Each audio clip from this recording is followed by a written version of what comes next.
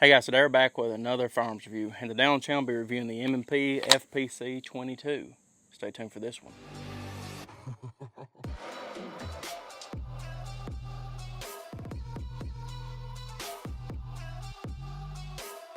Alright guys, we're back. Once again today I'm going to be reviewing the M&P FPC 22 by Smith and Wesson. This is a 16-inch folding rifle that shoots 22 long rifle from Smith and Wesson. So we'll be doing a review on it today. We've already reviewed the 9mm FPC way back in the day, but now they've come out with the 22, so it's going to be a very interesting review here. Starting off here in the front, we have the Otter Creek Labs Titanium. This is the #1 rated titanium, or #1 rated 22 count on the market for pistols. It's pretty high up there for rifles as well, but it's from Otter Creek Labs, guys over in London, about 20 mile that way from us. They're some good guys, and we appreciate them for sending it to the channel to use on all of our 22s. So coming back from there, once again, 16-inch barrel. We have a polymer handguard here for the 22. We have polymer back here. We've got a little bit of metal in here for the frame and all that other stuff that we need, but most of this gun is polymer, and it is very lightweight. I mean, compared to that 1022 Ruger that the bull barrel was having, this right here feels like a toy. So, the big selling part of this, how does it work? Take your thumb, push forward, fold it over, pull this charging handle back right there, and now it's clipped up. So now if I want to take it, store it in the backpack, put it behind my vehicle, whatever else, I got trouble, or a deer's been shot on the side of the road, or I need to shoot a squirrel out of a tree real quick, fold her open, turn your red dot on, look down the barrel on it, and pow, that's all you got. So coming back from there, you have a normal M&P grip on it. So you do have the ability to switch out the grips here for different grips, whichever one you want. This one right here feels pretty good to me. You have your normal magazine release that can be ambidextrous switched around. It comes as well with three 20-round magazines from factory. So as you can see, it sticks out a little bit from the grip. And to release it, you hit your mag release and you strip it. It doesn't fall out, you actually have to strip it, so that's one thing. To charge the gun, you have these two ears back here. You can charge it from the left or from the right. So if you're shooting, you want to charge it, that's how I would charge it where I'm right-handed. That's all you got to do. Bullets eject from there. And here's your stock, which holds 2 extra magazines. So if you need to get them out, you push in to release this one over here, or push in over here to release this one, or you can pull back on it and it will release this one, or you can just jerk them out, whichever one you want to do. Don't matter to me. Let's go ahead and put some rounds down range with the FPC 22.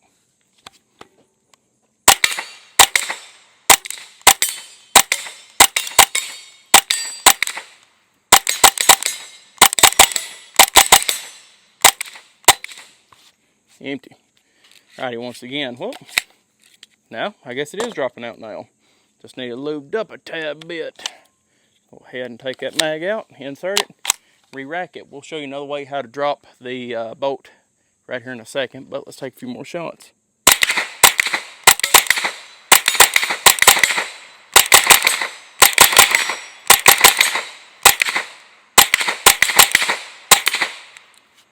Empty.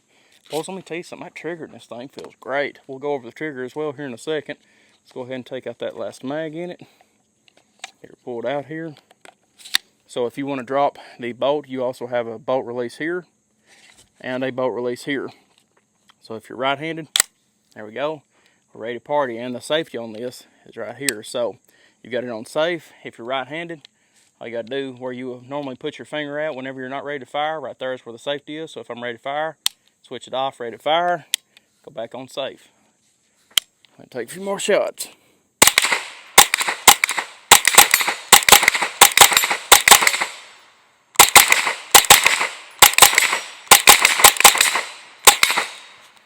Empty. Lord, she goes quick, boys. So, let's go ahead and look at trigger together. So this trigger here is a great trigger from Smith and Wesson. Here is your take up. Pow. Reset.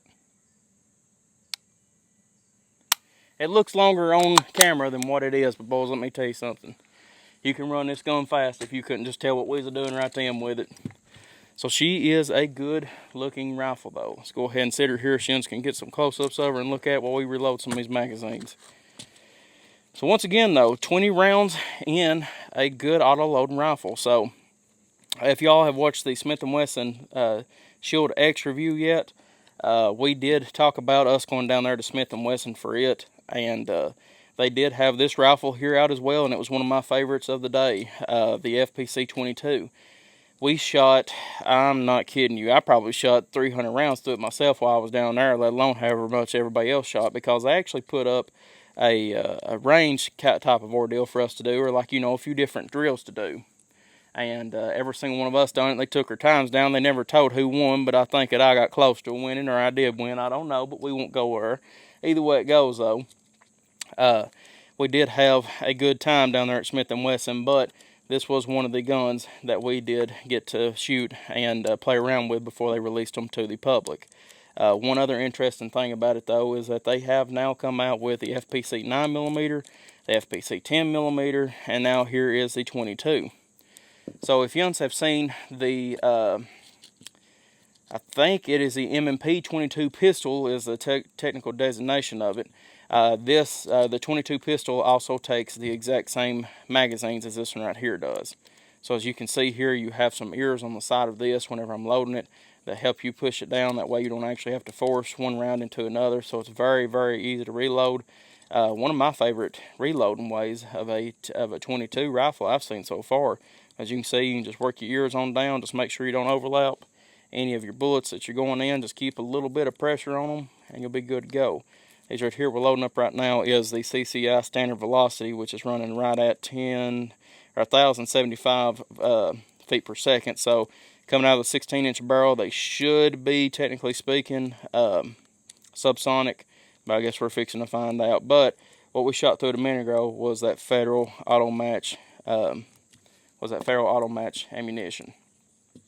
So let's see here. We're going to have 1, 2, 3, 4, 5 rounds of this one, of the standard, and then after that we're going to be shooting some of this auto match through it, because we were out of the standard ammunition out here today, boys. We shot a bunch of 22s last few days, and we went through probably, I'd say, close to probably 2,000 rounds of 22, so I'm fixing to have to get online and buy some more, but ain't no problem, because 22 ain't much to begin with. But either way it goes, a good 22 is hard to beat, either that be from a revolver or a pistol or a rifle. So Smith & Wesson will be sending us as well the 22 pistol. I'm interested to see how it does. Like I said, we never had a single bobble out of this in the whole entire time we was down there. We didn't get to shoot that one though while we was down there, because it hadn't been released yet and they were still working on it. We did get to feel it and see how well it felt in our hands, but we did not get to actually shoot it while we was down there. So that's going to be a little bit new for me. So here we go. Here is going to be some of that CCI standard velocity, so it should be subsonic. Let's find out. Yep, subsonic. Okay, we got a failure. All right, let's try it now.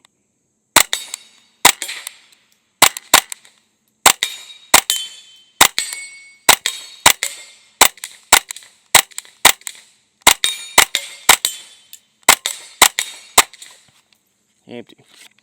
Right, so we have one look like a short stroke. Maybe that's why I did not pick up the next round, because it did eject that one round. It just didn't pick up that next. Again, let's go ahead and load it. You know, if you've got it tucked, it's kind of hard to drop that. So if you've got it tucked when you're loading it, you can come back here and side charge it like that to get it back ready to roll. All right, we got another failure. All right, so it's failing to pick up them rounds from what I can tell.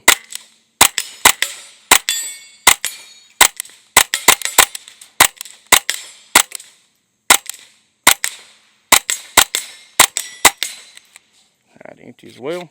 Let's go ahead and grab this last one. The last 5 should be subsonic, and the next one should be, or the first one should be supersonic, the last one should be sub.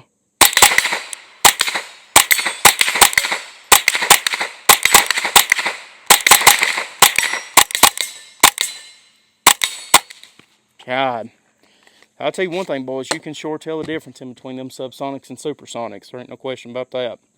So, one thing different that we're doing here today than we done down there in Maryville, Tennessee, is that we're running this unsuppressed. We did not have a suppressor on the one down there. I don't know if that's making much of a difference. It shouldn't.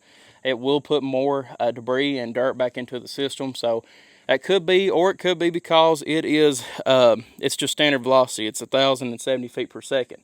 I asked them whenever I was down there, I said, is there anything that you all don't want us to run in these during the review if we, run any problems? And they did tell us. They said, the rifle, we've tested everything through it, and it runs like a scalded dog. So it could be a break-in period, but we have shot, well, no, it wouldn't be break-in because we've shot probably 500 rounds through this already today, but that's the first ones that we shot through with the standard velocity. We've been shooting nothing but the bulk, but also as well, 500 rounds down to 22 can get pretty dirty pretty quick. So let's go ahead and load what we have left here in the auto match. We'll see if we have any more problems with it, but I don't think we should. But either way it goes, we're not shooting anything that's too bad subsonic. We've got some quiet here that's 7,000 or 700 feet per second, and it won't run in nothing. We've tried it in literally everything, and the only thing it will run in is a revolver, obviously. But it's more for a bolt action, to be honest with you. I have a lot of 22 to pick up right here in a second. But either way it goes, a good looking rifle, and it's a very interesting design. And its main focus to me would be something that I could say, hey, I want to keep a rifle in my trunk, or a rifle in my vehicle, or something like that, or under the back seat. You can store it away; it don't take up much room. And if I need to get something real quick and use for what a rifle needs to use for, either killing a squirrel or a deer, or even self-defense, boys. A lot of people think a 22 won't hurt a man, but I hate to tell them, but they're bad wrong on that. 22 is one of the most dangerous bullets, just because a lot of people can get to them, and actually one of the highest stolen guns out of any other rifle or any other caliber in existence. 22s get stole 24/7 because that's what Papaw and Mamaw and Meemaw and Peepaw's got, and old dope-headed youngin gets a hold of them, or grandson, and they steal them and take them to the pawn shop. You think I'm lying? Look up statistics. Look up the statistics on it, guys. I'm telling the truth. Me, Mom, and Peepaw get their stuff stolen all the time. But anyway, let's go ahead and load up and get back to work and get a little bit more serious right here.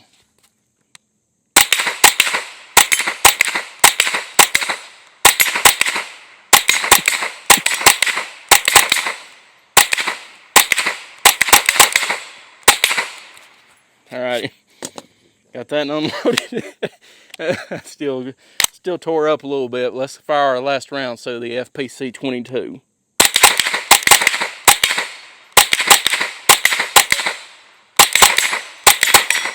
Alrighty, empty.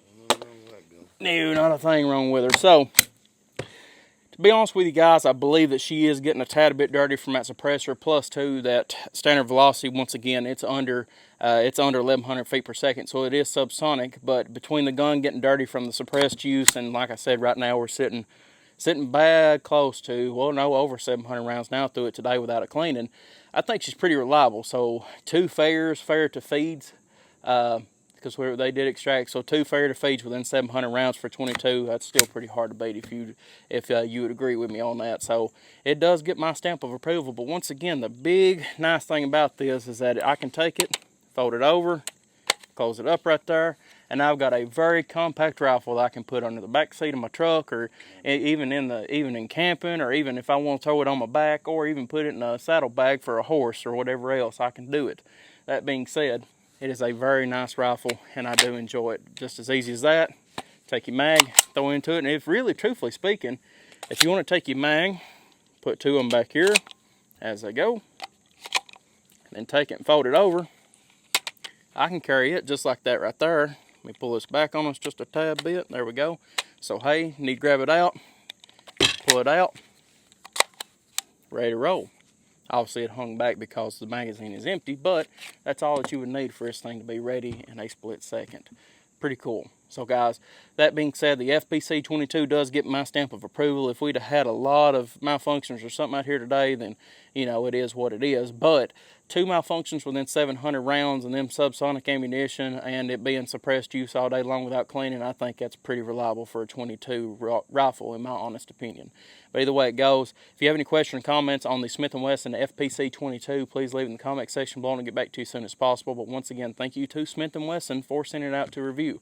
As you all know, don't matter if we're paid for a review or if they send us a gun, we don't lie. It don't matter what it does or what anything else. We tell the God's honest truth. And this one right here has stood the tale of the tape. So guys, once again, appreciate y'all viewing as always. Like and subscribe for more gun reviews, and I'll see y'all in the next video.